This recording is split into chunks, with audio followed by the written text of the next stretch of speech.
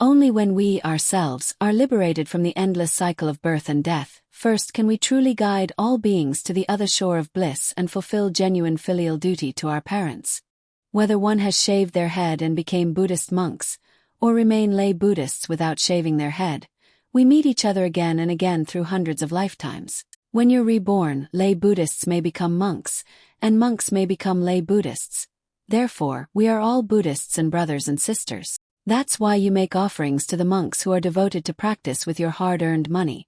And we monks, while receiving those offerings and continuing our practice, always pray for the Buddhist faithful. So we are like one family, like brothers and sisters. As for the most important point of wadu, if doubt, unknowable doubt, it's not the mere syllables imako that matter, but the contemplation of the unknowable doubt that arises when you utter imako. To hold the wadu, a single koan, correctly in mind. Venerable Josel Sunim once spoke about the Panchi Sengmo, one of wadus. Those who have received a wadu from Venerable Josel Sunim will continue practicing the Panchi Sengmo wadu, and for those who haven't yet received a wadu, I recommend the imako. What is it? Imako wadu can be said to be the fundamental wadu of the 1700 gongan, koans. No matter which wadu or gongan koan you meditate on, ultimate enlightenment is attained through imako. What is this? There is something that carries our body around, able to speak, to eat food when hungry, to answer when called, and to grow angry when insulted. Each of us has such a presence within. The human body is like a corpse composed of the four elements, Jisu Wapung, earth, liquid energy, fire, wind.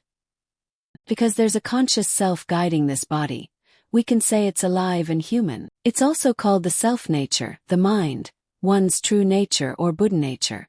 The sages have said that this Buddha nature is possessed by all beings, even animals, those in hell, and even the smallest insects. Fortunately, we were reborn in hell, as animals or as hungry ghosts. Instead, we were born as humans in this life. Being born as a human in this life is itself a wonderful and fortunate gift. And we should feel grateful to our parents, because without our parents, we wouldn't have been born into this world in this body. We ought to repay their love and kindness. There are ways to show filial piety while remaining in the secular world, marrying, raising sons and daughters, but you have come here as one who has left it all behind, renouncing parents, family, and worldly life to become a Buddhist monk. We weren't allowed to show filial devotion by collecting offerings and spending the money to treat our parents to something good. The best way we can show filial piety is to care for our health wisely, discipline our minds, and practice diligently.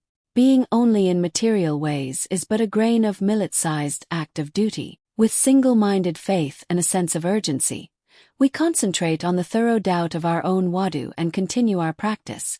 Whether or not you attain ultimate enlightenment, wakshildio equals sudden and complete enlightenment, is a later concern.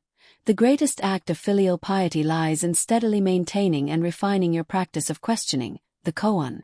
Giving your parents material things like clothes or food only makes them comfortable for a short while. We discipline our mind to stay focused on a single thought and practice diligently because this is the supreme path to liberate ourselves from the cycle of birth and death. Only when we, ourselves, are liberated from birth and death can we truly guide sentient beings and show genuine filial devotion to our parents. When Venerable Moknian's mother fell into hell and suffered, he tried every possible way, but couldn't lead her to the other shore of bliss. So he asked the Buddha, and the Buddha said, "Make a communal offering of food to the monks on the last day of the summer meditation retreats." It's good to offer meals to Buddhist monks at any time, but offering them on the final day of the summer meditation retreats is considered especially meaningful. But offer food to the Buddhist monks who, for 3 months, have devoted themselves to practice, letting go of all greed and distracting thoughts, and maintaining single-minded focus. So Venerable Moknian went on alms rounds and offered the food to the monks on the final day of the summer meditation retreat.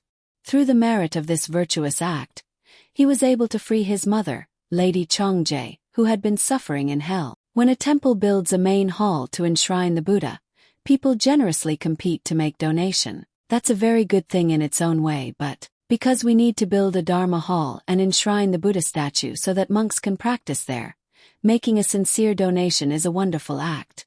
But it's just as important to offer meals to the monks who are engaged in sun meditation. However, we practitioners of the Buddha Dharma try, as much as possible, to avoiding favors from believers. If you fail to attain enlightenment after living on food and clothing offered by donors, you will have to repay that debt. In return for just a few grains of millet, I became a mushroom to repay the kindness many times over. While waking with his disciples, a herd of cattle passed by.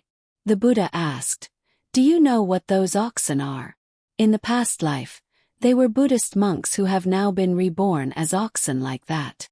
This saying appears in the scriptures, because only when they become cows can they repay the favor quickly. If you were to become a cow, while you're alive and healthy you work to repay others, even your dung becomes fertilizer.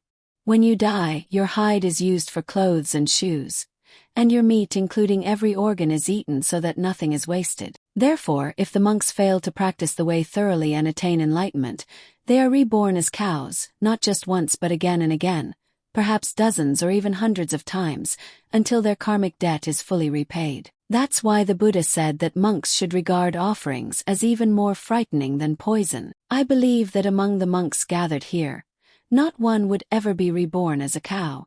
And even if there were the slightest chance, if you truly understand how weighty the offerings are, you should not worry so much about whether the food is rich or plain when you eat. Whether it's barley rice, glutinous rice, or noodles, receive it with gratitude.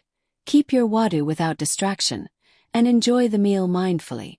As you eat, offer a simple blessing for the devotees who made the offering. If you eat with that mindset, digestion will be better and you won't complain about the food. However, the monk serving as Juji, the chief monk, Wanju, the chief administrator of a temple, Dogham, provost, Biol-jwa, the cook at a temple, Gongyangju, the chief cook at a temple, and Chaegong, the monk who prepares side dishes at a kitchen, should prepare meals with wholehearted for their fellow practitioners. Because even though they are currently assigned to such duties, they are themselves devoted to sun meditation.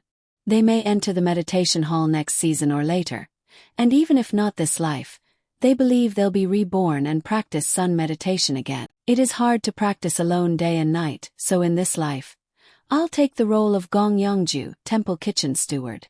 In the next life, the one who is practicing now will become Wanju or Juji, the chief monk, and we'll continue our practice by taking turns like that. So why am I the one serving as Gongyangju, temple kitchen steward, in this life working so hard, while others simply sit in the meditation hall, eat well, and live in comfort? There's no need to dwell on such unhelpful thoughts. Whether one shaved their head and becomes a monk, or remains a lay believer without doing so, we're reborn over countless lifetimes and come to meet one another again. When we are reborn in another life, a lay believer can become a monk, and a monk can become a lay believer. Thus we are all the same Buddhists, like brothers and sisters. That's why you make offerings earned through your hard work to the monks.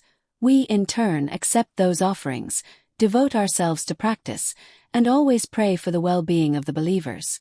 In this way, we're one family and brothers to one another. So I prefer to address you as Dharma brothers and sisters.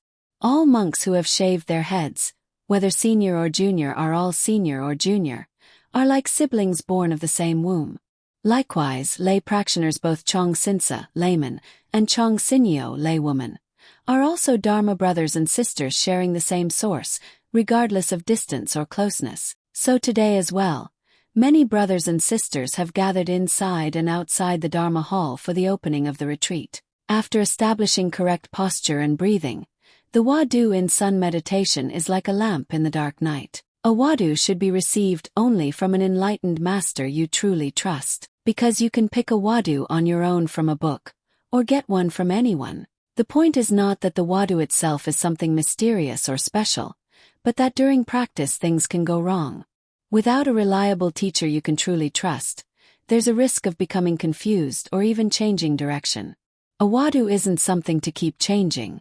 You may change other things if they don't work out, you can change it, but with wadu you must stay with one whether it goes well or not. When you practice with one wadu, the process isn't always smooth from start to finish. While practicing, you may find it difficult to grasp your wadu properly, but even then, take a deep breath and keep holding firmly on to that single wadu.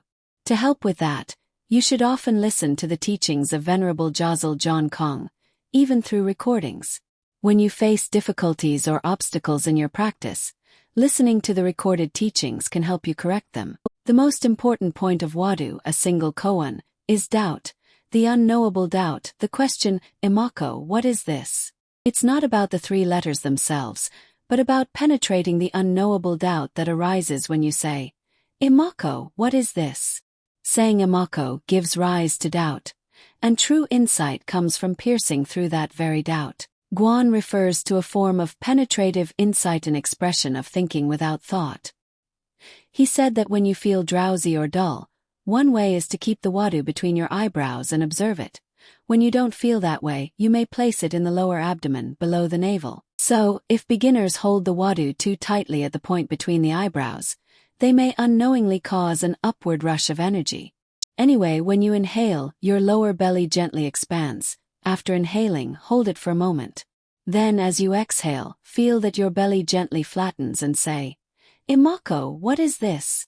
When beginners practice with a wadu, it's best to say, imako, while exhaling after holding the breath for a short while. However, once you become accustomed to it, you should let an unknowable sense of doubt settle firmly in your danjon, lower abdomen, and allow your breathing to flow naturally from the lower belly without conscious effort.